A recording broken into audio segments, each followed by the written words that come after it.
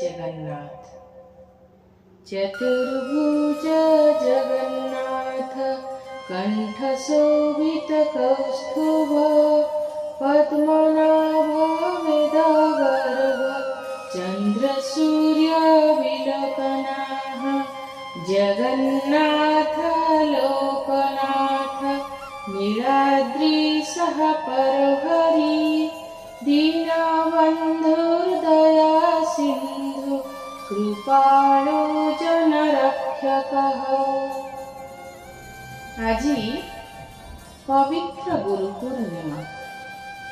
एही पवित्र गुरु पूर्णिमा रे मु मोर समस्त गुरु शिक्षा गुरु तथा दिव्य गुरु को भक्तिपूत प्रणाम जनाउछि। मोर गुरु भगवान श्री सत्यसाई बाबा चरण कमल रे शतकोटि प्रणाम अर्पण करुछि।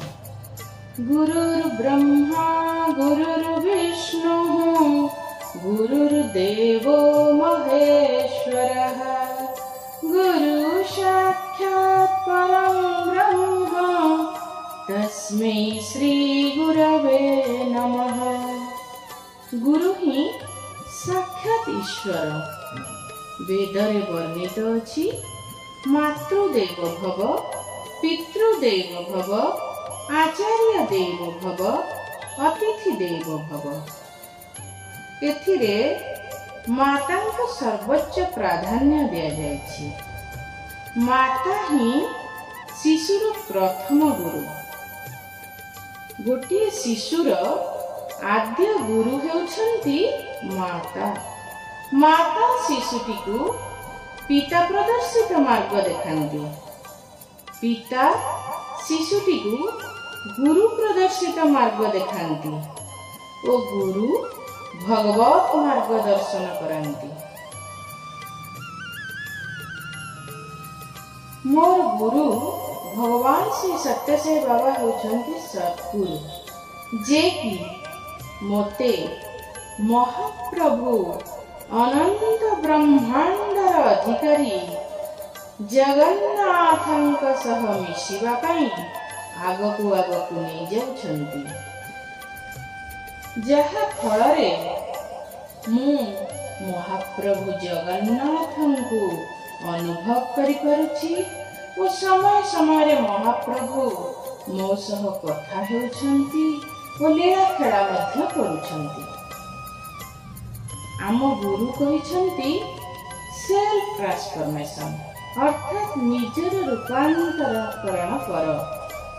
आमे थरे गुरु वाक्य को मानिले बा गुरु को अनुध्यान कले बा गुरु को उपदेश को निज जीवन रे अभ्यास रे परिणत कले आमर रूपांतरण ही परिबो।